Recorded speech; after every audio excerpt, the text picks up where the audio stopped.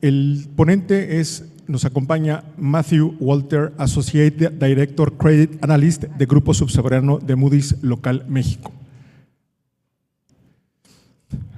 Matthew Walter es maestro por la School of International and Public Affairs por la Universidad de Columbia, con especialización en Economía y Finanzas Internacionales.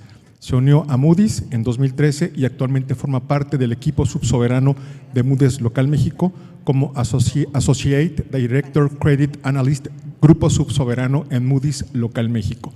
Es experto en el manejo de portafolio de calificaciones de emisor de estados y municipios mexicanos, así como de créditos respaldados. Adelante. Muy bien. Muy buenos días a todos y muchas gracias al Estado de Aguascalientes y a la Secretaría de Hacienda por incluirnos en este evento tan importante. Como mencionó Antonio, voy a compartir algunos comentarios sobre cómo estamos viendo ahora el panorama para los estados y municipios en 2025 y viendo más hacia adelante. Y luego quiero compartir algunos comentarios informativos, ¿no?, sobre cómo están las metodologías de Moody's, cuáles son los diferentes tipos de análisis que nosotros hacemos que pueden ser muy relevantes a la discusión que estamos teniendo en este evento sobre los proyectos de desarrollo sostenible. Muy bien. Ok. ¿Cómo estamos viendo el sector en este 2025?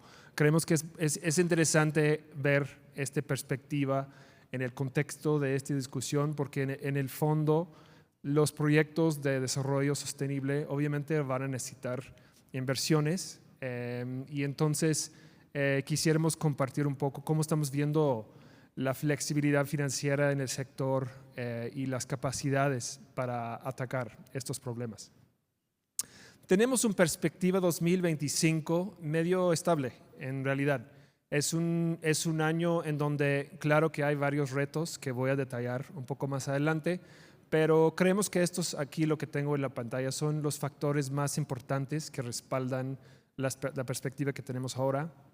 De un lado está el tema de las transferencias federales. Esto es obviamente la fuente de recursos más importante en el sector. Ahí creo que hay un mensaje ahí medio retador, o sea, hemos salido de un periodo entre 2021, 22, 23, cuando las transferencias crecieron a un ritmo bastante alto. Entonces, en el sector había muchos recursos para cubrir los gastos que se enfrentaba.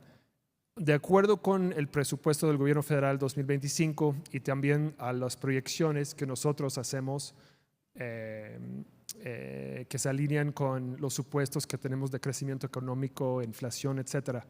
Creemos que las participaciones, que ahí estamos hablando de la fuente de casi 80% de los ingresos operativos para los estados y más o menos 60% para los municipios, va a crecer más o menos 4.8% este año, que es un ritmo históricamente bajo, sino todavía positivo. Y en términos de las aportaciones, que como bien sabemos, estos son los recursos etiquetados que normalmente cubren el gasto para diferentes proyectos y programas sociales, estos van a ser más limitados de acuerdo con el presupuesto del gobierno federal. Del otro lado, hemos visto que la mayoría de los emisores estatales y municipales que nosotros calificamos han presupuestado este año ajustes en sus planes de gasto de capital para 2025. Creemos que esto va a ayudar mitigando esta desaceleración que estamos viendo en las transferencias federales. Así puede ayudar a limitar presiones crediticias en el sector. En términos de la liquidez y la deuda de corto plazo, estos obviamente son factores bastante importantes cuando hablamos de riesgo crediticio. Lo que estamos viendo es que gracias al muy alto crecimiento en los ingresos que observamos en los últimos 2-3 años, hay cierto colchón acumulado ahí. No creemos que es posible sostener el crecimiento, la acumulación constante de la liquidez en el sector, pero sí nos deja un poco mejor plantado para enfrentar esta desaceleración en los ingresos para 2025. Y el otro factor muy importante, todos conocemos el famoso FEIEF, que es el Fondo de Estabilización que básicamente entra cuando se presenta una brecha entre las participaciones proyectadas para el año y los que realmente llegan. Este es un mecanismo que se puede activar para cubrir esa brecha. El fondo en sí trae recursos muy limitados en este momento porque se ha usado varias veces en los últimos años.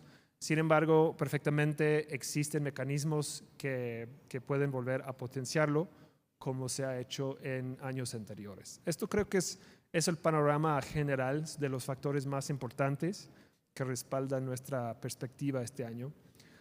Ahora, si pensamos cuáles son los retos o los riesgos a la baja para el sector este año.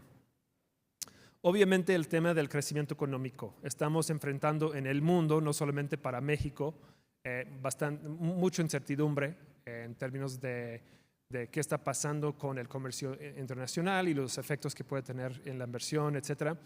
En Moody's nosotros hemos bajado nuestra perspectiva, nuestra proyección de crecimiento del PIB para 2025. Ahora estamos estimando un crecimiento de 0.7% este año. Ya hicimos un ajuste a la baja una vez este año. Y bueno, nosotros sí estamos por debajo de las proyecciones del gobierno federal. Otro factor que puede ser un reto para el sector este año sería que pues Pemex sigue recibiendo apoyos del gobierno federal, no necesariamente de manera constante, pero de manera habitual. Y esto ya por mucho tiempo, y creemos que va a seguir siendo así, está limitando los ingresos petroleros que fondean una parte de las participaciones. Entonces es otro reto que creemos que el sector va a seguir enfrentando. Los bajos recursos del FEIEF que mencioné, que sí no necesariamente significa algo bastante alarmante, pero sí significa que hay menos colchón ahí ante algún choque o una crisis. Y bueno, el tema de la guerra comercial, todos estamos tratando de ver cada mañana cómo va desarrollando este tema. Hay bastante reversos, hay muchos anuncios y reversos ahí, entonces genera mucha incertidumbre para la economía de México también. Estos temas, obviamente, en cuanto vemos ajustes adicionales a la baja en el crecimiento económico, pueden llegar a tener efectos importantes en nuestro sector porque limitan aún más los ingresos y pueden llegar a tener impactos negativos en los márgenes operativos, los balances financieros, la liquidez, el uso de la deuda, etc. Reitero, estos no necesariamente es nuestro escenario base que estos riesgos se van a materializar este año, sino son los puntos que estamos monitoreando este año. Hablando con un poco más detalle sobre el tema de los aranceles, obviamente no todo es igual entre todos los estados. Aquí hemos dividido los estados en 3 grupos de acuerdo con la intensidad de las exportaciones y la inversión extranjera directa en sus economías regionales. Y como no es de sorpresa de nadie, los estados del norte y algunos estados del centro del país son realmente los que están más expuestos a este tema. Entonces, sería de esperar que en caso de ocurrir un escenario mucho más adverso, estos serían los estados más afectados por el tema de una recesión económica. Ahora, quiero mencionar en todas nuestras calificaciones, creo que esto es bastante relevante a la discusión que estamos teniendo en este evento. Nosotros incorporamos consideraciones ambientales, sociales y de gobierno en todas las calificaciones que asignamos. Hay muchos diferentes canales de transmisión que pueden llegar a afectar a la calidad crediticia de estos temas. Obviamente el cambio climático puede llegar a afectar la resiliencia económica y financiera de los emisores. Un gobierno interno débil puede afectar la calidad crediticia perfectamente si refleja una ineficiencia institucional o llega a afectar la capacidad de implementación y ejecución de proyectos. Y los riesgos sociales en el sector público son varios y muchos, ¿no? O sea, la razón de existir del sector público es justamente atacar esos problemas sociales. Entonces, pueden haber temas de educación, vivienda, temas demográficas que llegan a tener impactos no solamente en las economías regionales, sino también en las finanzas. Entonces, son temas bastante relevantes. Y aquí tengo un par de láminas para demostrar con un poco más detalle los factores que mencioné al inicio. En términos de las transferencias federales, podemos ver los crecimientos que proyectamos para 2025. Aquí en la gráfica de la izquierda están las participaciones y de la derecha son las aportaciones y los convenios, que son los recursos etiquetados. Los crecimientos en 25 estimamos sí van a ser relativamente bajos si comparamos con los últimos 3 años. Y también los recursos etiquetados van a crecer a un ritmo históricamente bajo. Todo eso significa que pues, los estados y municipios tendrán que ajustar su ritmo de gasto para mantener pues, resultados equilibrados. Y aquí un poco más detalles sobre el FEIEF. El fondo, pues como podemos ver aquí en la gráfica a la izquierda, la parte azul oscura representa lo que se ocupó del FEIEF en cada año de los últimos periodos. Podemos apreciar que desde 2019 el uso del FEIEF se volvió algo mucho más recurrente. El año pasado apenas lo ocupó un poquito, muy poquito, pero en los años previos pues, se ocupó a mayor escala. Y aquí en la gráfica de la derecha, el saldo del fondo al cierre de 2024 fue muy limitado, como mencioné, pero podemos ver ahí en las barras de 2020 y 2023, estos representaron las potenciaciones que hicieron en estos periodos. Legalmente se puede volver a potenciar si fuera necesario. Nosotros tenemos una diferencia en nuestras proyecciones de cuántas participaciones realmente van a llegar este año versus lo que proyecta el gobierno federal, básicamente porque estamos estimando un menor crecimiento en la economía comparado con los supuestos del presupuesto. Entonces, nosotros no descartamos que se vuelva a ocupar el FEIEF este año, pero va a depender mucho de cómo va evolucionando la recaudación federal participable en los próximos meses.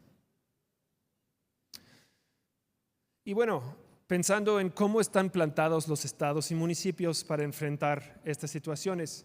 Como mencioné, la buena noticia es que gracias al muy alto crecimiento en los recursos que tuvimos en los últimos años, los resultados financieros han sido en promedio balanceados, sino positivos en los últimos años.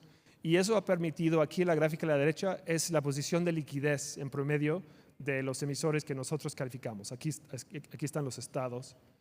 Y el efectivo entre pasivos circulantes, que es el indicador que ocupamos, podemos apreciar que está en niveles históricamente altos. Entonces sí hay un colchón ahí que podría ayudar a enfrentar una situación temporal de estrés en el sector. Y la situación es algo parecida en el caso de los municipios. También hemos visto resultados en algunos años muy positivos y esto ha permitido acumular también recursos líquidos. También mencionar que al cierre de 24, el uso de deuda de corto plazo también fue históricamente limitado. Entonces, en este momento, la mayoría de los emisores no traen saldos muy relevantes de deuda de corto. Y luego, el otro factor muy importante, obviamente, es el endeudamiento.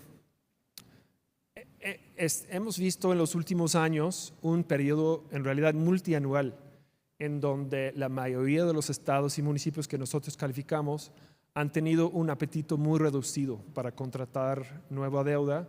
Hay ciertos emisores que siempre salen a financiarse un poco cada año, pero en general hemos visto casi una tendencia de desapalancamiento en el sector. Esto quiere decir que en este momento la capacidad de tomar nuevos financiamientos está para la mayoría de los emisores estatales y municipales en el país. Obviamente, como acabamos de ver en el último panel, hay varias consideraciones que hay que tomar en cuenta cuando pensamos en cómo financiar un proyecto.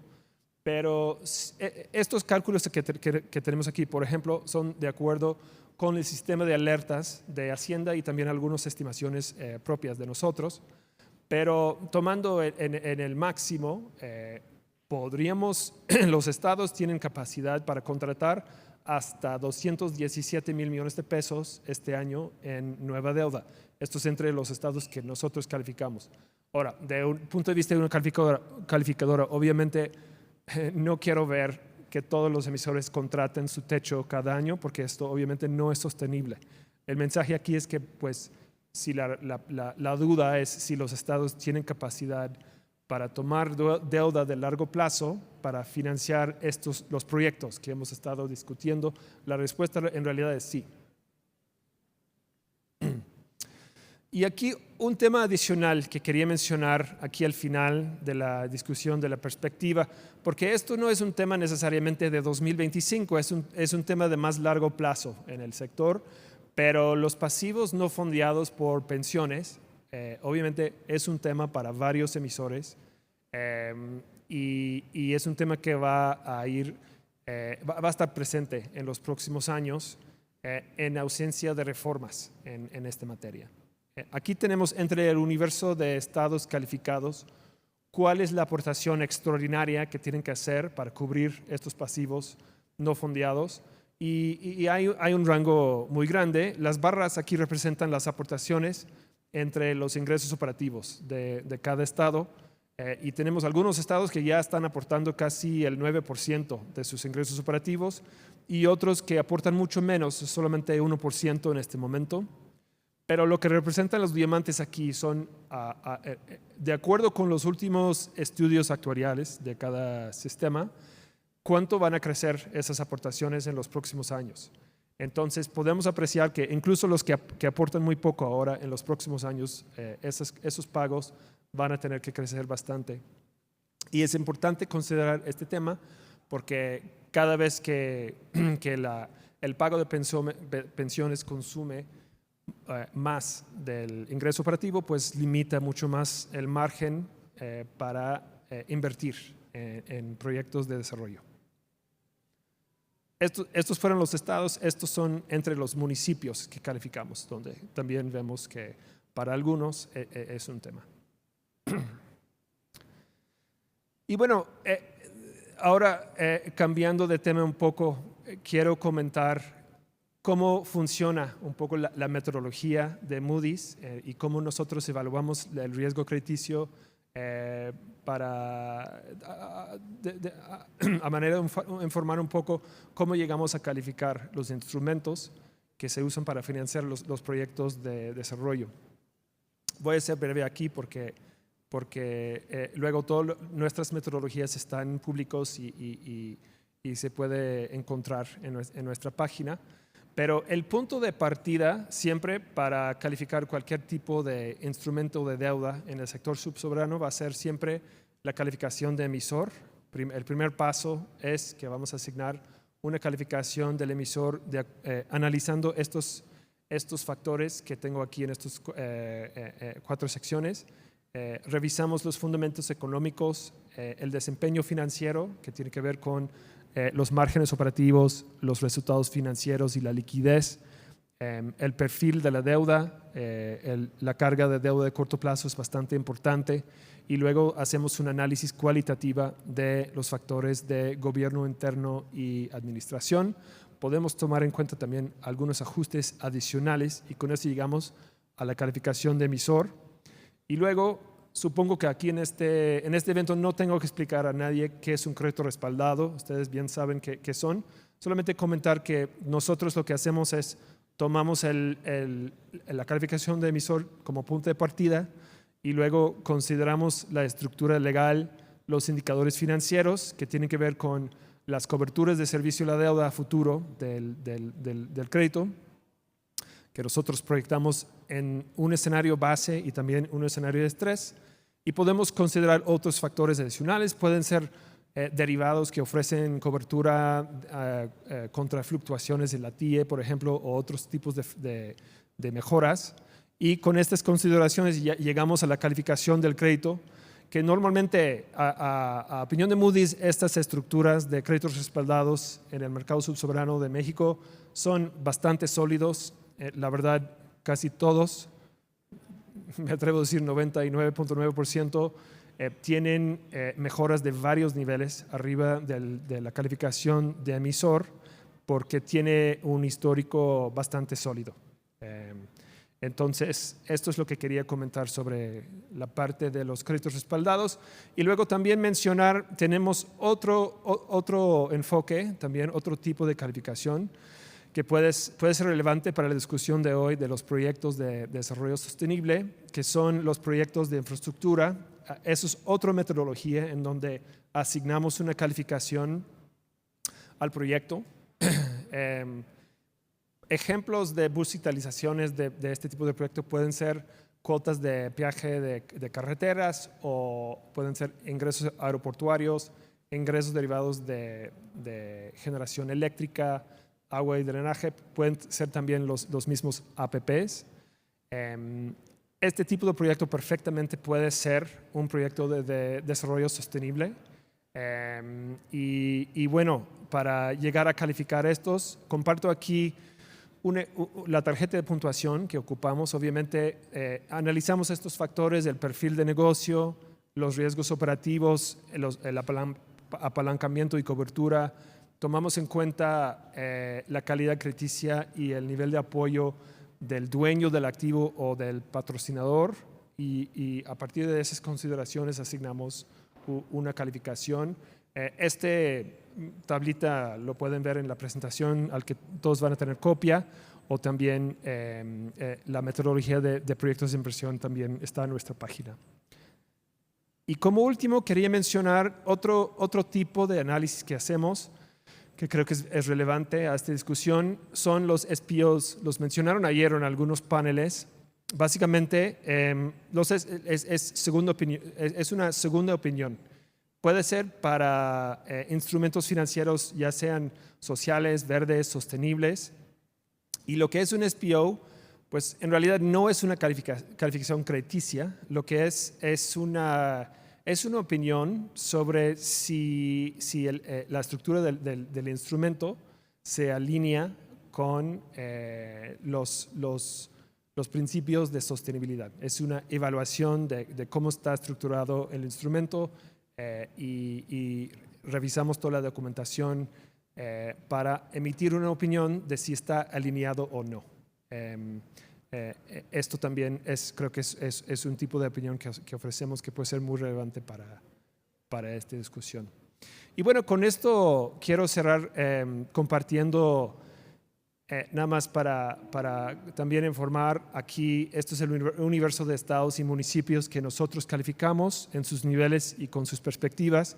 Como pueden apreciar aquí, la gran mayoría en este momento traen perspectiva estable. Hay algunos con positiva o negativa. Tenemos un rango bastante amplio de calificaciones en el país. Y bueno, creo que el mensaje, en resumen, mensaje principal que tengo para 25 es que obviamente hay retos importantes, hay mucha incertidumbre, pero vemos en general los estados y municipios en una situación más o menos bien plantados para enfrentar estos retos. Hay ciertos factores que tendríamos que estar monitoreando este año, pero obviamente pensando en cuáles son las oportunidades para llevar a cabo proyectos de desarrollo sostenible, pues son varios en el sector. Y bueno, no sé, cerrando mis palabras, bueno, quiero mencionar aquí, por si alguien tiene alguna pregunta después para nosotros, van a tener copia de la presentación ahora en la página del evento. Mi compañero René es el que está encargado de proyectos de inversión. Si quieren tomar nota de sus datos de contacto, él también puede apoyarlos en esos temas. Yo veo más los créditos respaldados de los estados y municipios. Pero no sé si alguien tiene alguna pregunta para mí antes de cerrar. Sí, adelante, señor.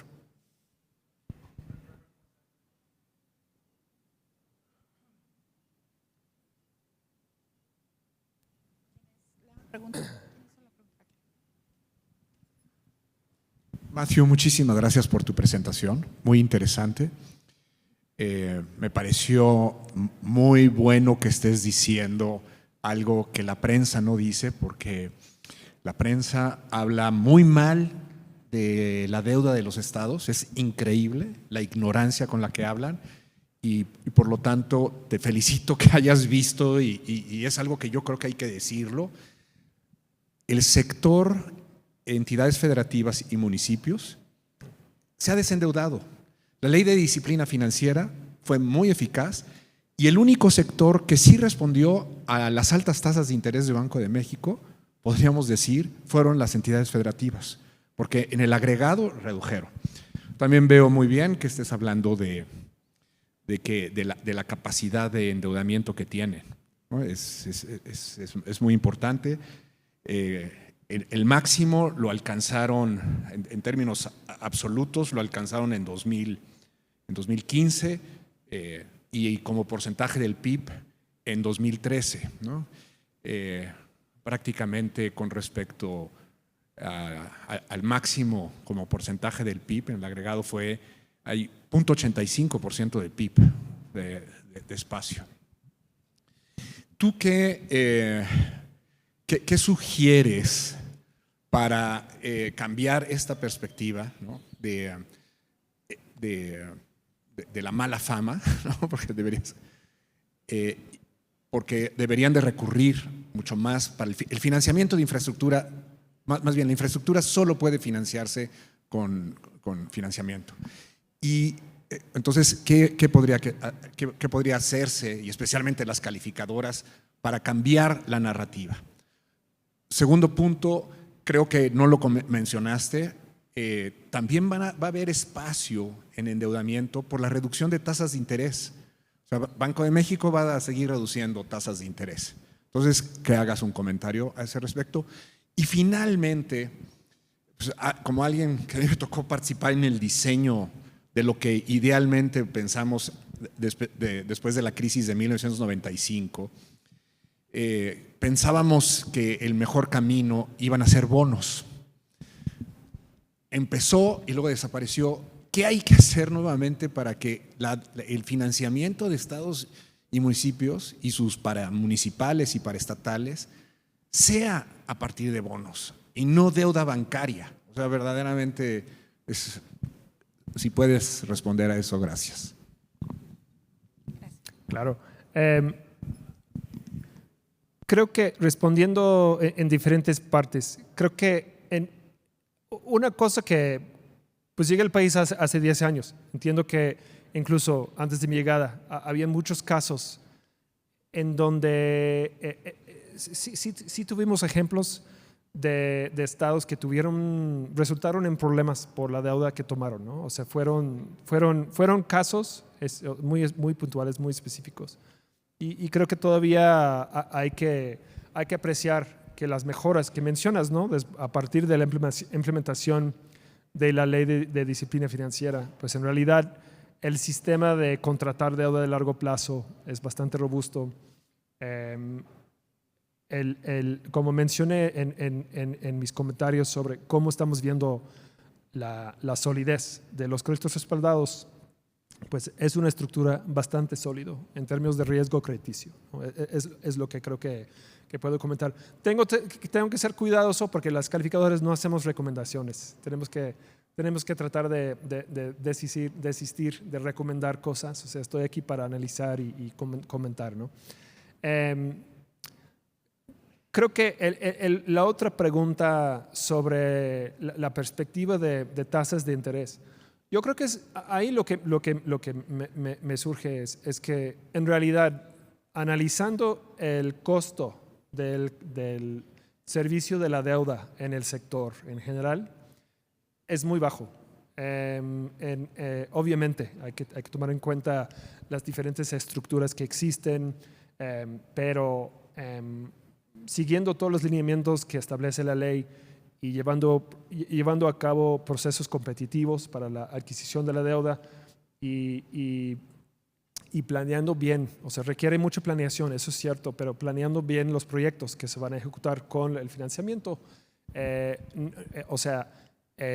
ser perfectamente posible adquirir financiamientos con condiciones financieras alcanzables y favorables. Esto es algo que sí hemos visto en el sector, pero requiere obviamente la experticia y el tiempo invertido para hacerlo. Esto sí hay que reconocer. No tengo una opinión muy específica sobre cuánto más puede bajar la TIE este año o cuándo empezar. O sea, esto creo que yo creo que estamos viviendo en un momento de alta incertidumbre en términos de la trayectoria de inflación, etcétera, y de política monetaria. Pero lo que sí puedo decir es que a partir de la implementación de la ley de disciplina financiera, pues las sobretasas que hemos visto en la deuda que se ha contratado en los últimos años se han ido reduciendo de manera consistente. Entonces, el costo de la deuda, en realidad, para la mayoría de los emisores que nosotros calificamos, no es algo que presiona mucho los perfiles crediticios. Y bueno, la discusión entre créditos bancarios y los bonos, pues ahí creo que tiene que ver mucho con la estructura del mercado actualmente y cómo ha funcionado hasta ahora con los bancos, que tenemos un grupo de bancos que son bien especializados en atender a este mercado y entiendo que es por esas características, pero más allá de esto no creo que podría hacer una recomendación sobre esto, pero espero que he contestado tus preguntas, ¿no? Fernando. Hola, qué gusto saludarte, Mateo.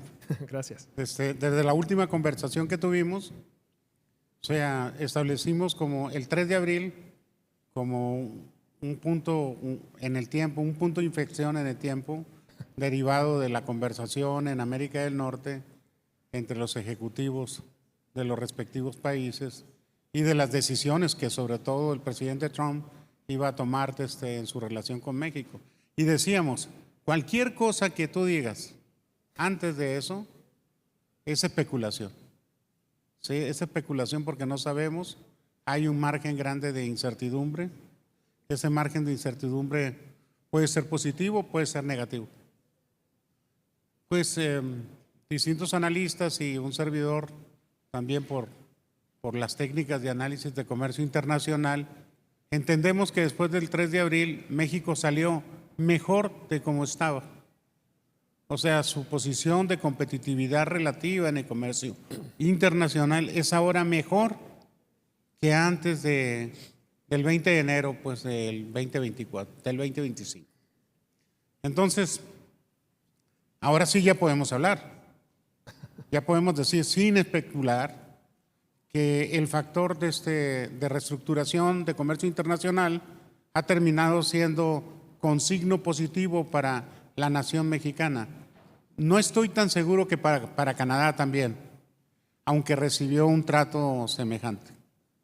Ahora estamos en mejor posición para la inversión internacional, para las ventajas de la integración comercial, ventajas incluso a nivel de estructuración, logística y aceleración del proceso de integración, que ya tenemos 40 años pues en este proceso.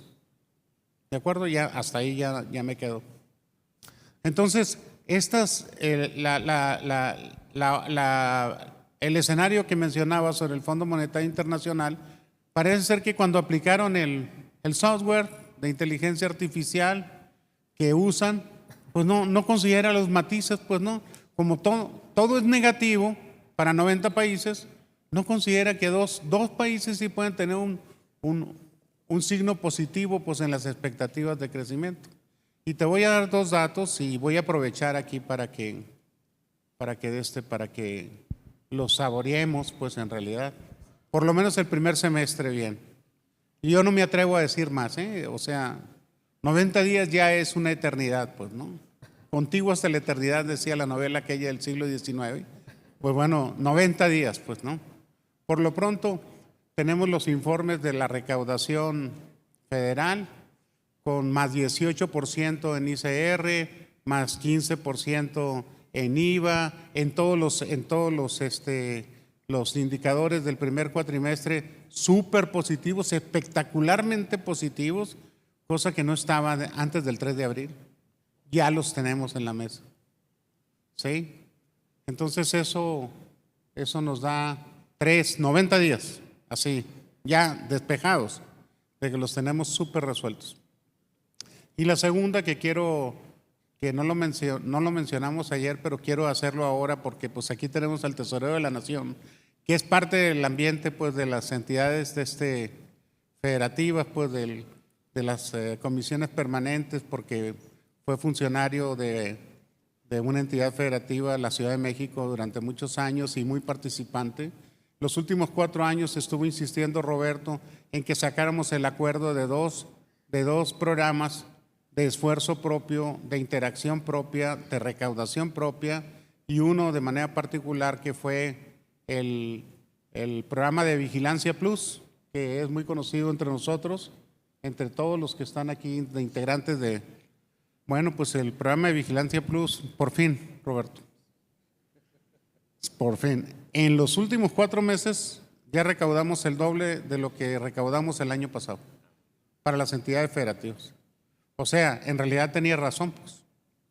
O sea, la aceleración de 1 a 4 está porque están trabajando los gobiernos conjuntamente en la fiscalización para recaudar más y lo están haciendo bien, Mateo. Por favor, incorporen esos datos tácticos en el camino. Sigue la revolución del incremento de los ingresos propios de las entidades a partir de su propia hacienda y a partir ahora también de estos resultados que son de la cooperación entre los gobiernos. Y pues yo no me queda otra más que pues, felicitar porque ya hay 8 entidades que están tomando la oportunidad del Vigilancia Plus así con todas las de la ley y se los pido a los demás que se acerquen al SAT que tenemos un programa que está trabajando y lo está haciendo bien. Muy bien. Te lo doy. De verdad, incorporen. Totalmente, o sea, solamente un par de comentarios de lo que mencionaste, maestro. Yo creo que sí estoy de acuerdo y lo hemos visto en los últimos años. Obviamente hay una correlación fuerte, ¿no?, entre la actividad económica y la recaudación, pero también las acciones de fiscalización y de mejoramiento en los procesos de recaudación han ayudado bastante, no solamente este año, pero esto ya es un proceso que empezó desde hace muchos años. Y lo que mencionas de los ingresos propios, quiero reconocer que es algo que no incluimos en la presentación, pero sí, muchos emisores, si vemos el nivel de recaudación de ingresos propios entre sus ingresos operativos, y si vemos una tendencia de los últimos 5 años, pues hemos crecido, es cierto. A veces hay emisores que han subido 5 puntos porcentuales, 2, 3 puntos porcentuales, y es a través de, algunos han implementado nuevas figuras, los impuestos ecológicos de Zacatecas, que luego también cobraron fuerza en otros estados. Varios otros estados han subido las tasas de impuestos sobre la nómina, pero no solamente es con nuevos impuestos, también es ese esfuerzo recaudatorio. Y esto pues da oxígeno a todo el sector. Es un hecho y es cierto, sí, quiero mencionar esto. Emilio.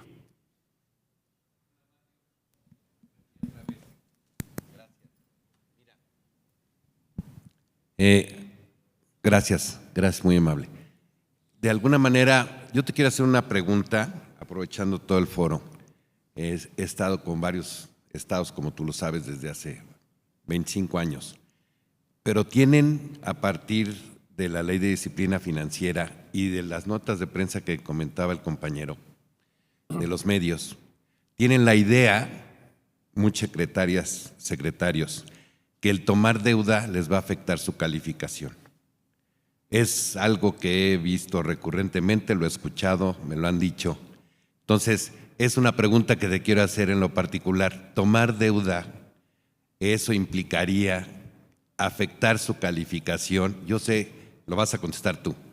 va a ser en términos sostenibles, pero prefiero mejor tú que lo comentes al foro, por favor. No, claro, gracias, Emilio.